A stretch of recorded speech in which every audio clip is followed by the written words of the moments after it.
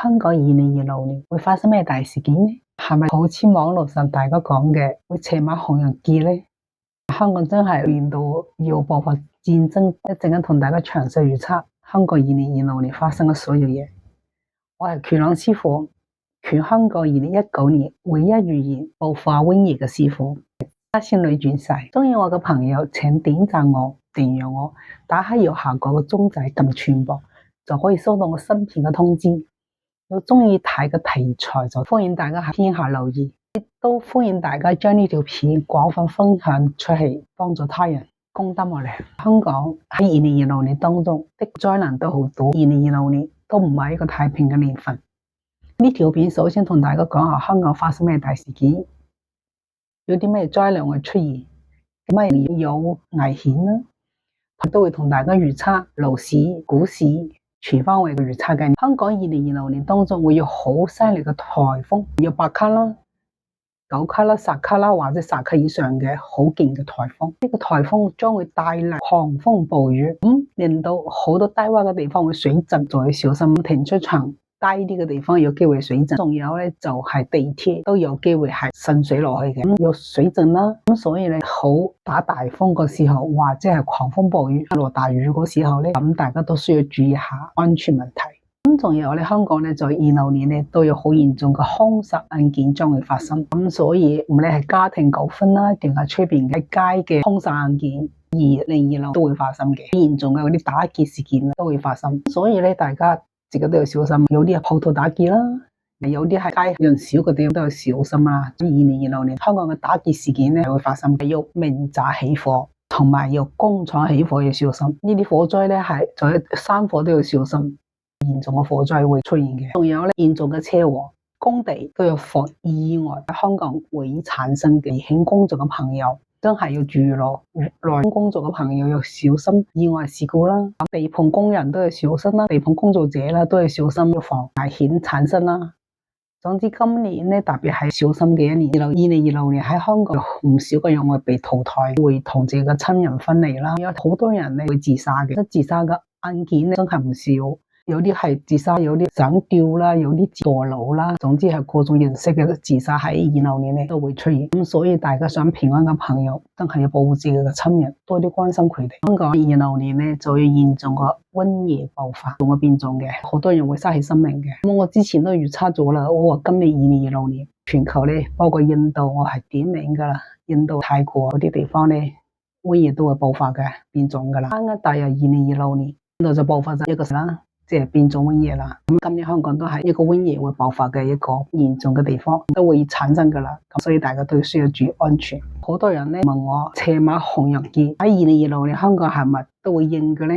香港2026年我就未睇到呢一個戰爭出現嘅，唔會冇呢樣嘢嘅。香港嘅經濟方面咧喺2026年就唔係幾理想噶啦，咁好多公司鋪頭咧都會經營得好困難嘅，裁員嘅現象喺2026年當中就會經常發生噶啦，失業率咧都幾高下嘅，保住自己嘅工作，你哋打工嘅朋友嚟講係一件好重要嘅事。香港嘅有好多鋪頭倒閉，話香港2026年好多公司會結業執倒閉，所以經濟方面都係一個寒冬。樓市方面咧，買樓嘅人就開始多噶啦，所以樓市方面反而有活躍嘅一個好現象。買樓嘅人咧係逐步多咗。股市方面咧，有人打電話問我，佢話有人香港有股災，因為我依家預測呢條片2026年嘅1月尾，依家嘅恒生指數咧26,000點嘅，但係我睇到咧恒生指數有上升嘅空間，係有機會升到28,000點都有股災嘅。你都未睇到金融海嘯，全年當中邊一個月係最低位咧？就係2026年嘅新曆嘅12月份至2027月嘅1月份，呢兩個月當中咧都係最容易跌幅多或者係波幅最大嘅兩個月。咁想買股票嘅朋友，呢兩個月當中真係要小心留意，好容易破財。但係你識得把握咧，又容易揸到長兩個月嘅。總之大上大落或者係跌幅大嘅，就係呢兩個月噶啦。26年當中最活躍嘅股份有幾股，重金屬股、科技股呢幾個板塊係最活躍噶啦。升幅好啲咧，又係佢哋；有時咧跌得勁嘅咧，亦都係佢哋。所以你揀得咧就係有錢賺噶啦。所以大家自己要小心，因為我有好多客，每一年靠我啲片咧，佢都賺到幾十萬嘅。如果你想賺錢嘅話咧，其實有好多方法幫助自己嘅。你可以借助外力嘅方法幫助自己嘅，可以請我哋祖傳方法加持嘅，有避災難嘅空災嘅，你袋住之後，人哋都唔會害你噶啦。有一種就係避天災嘅，當遇到意外嘅時候，你都係平安嘅。仲有避瘟疫嘅，要90%同埋100%嘅效果嘅。咁當瘟疫好橫行嘅時候，咪可以救自己咯，同埋自己嘅親人嘅命嘅。仲有係去小人嘅，要招真財同埋招偏財，呢都係旺桃花人緣嘅。仲有就係去病氣嘅，仲有驅邪避鬼，效果真係好勁嘅。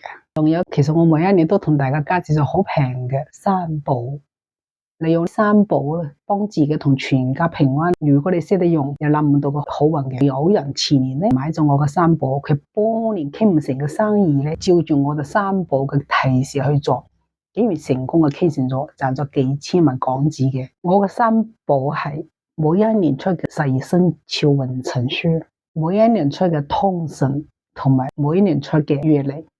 365日有隔空日知道嘅月曆。如果你唔想行衰運，又唔想交錯朋友害到你嘅，或者你又想睇到邊個旺你合作成功嘅，或者你又想知道你全年個運程有12個月知道你嘅，或者你想知道去邊度啦，你係平安嘅，咁肯定三寶幫到你噶啦。今年2026年嘅三寶，依家全香港好多鋪頭已經賣到剩翻少少噶啦。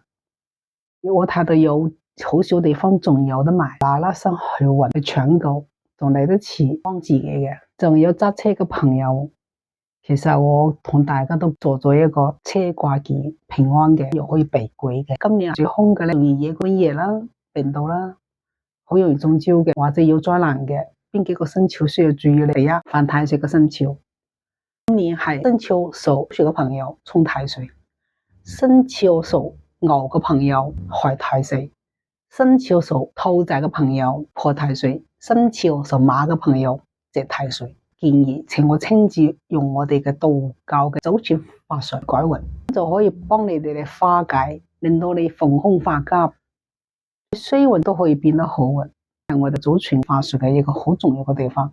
除咗呢啲之外，由於瘟疫大爆發，咁所以曾經中過疫情嘅朋友，或者體弱多病嘅朋友都需要留意保護自己，都容易感染同埋中招嘅，呢個需要注意。希望得到我幫助嘅朋友，歡迎聯絡我嘅助理，我哋下期節目見啦。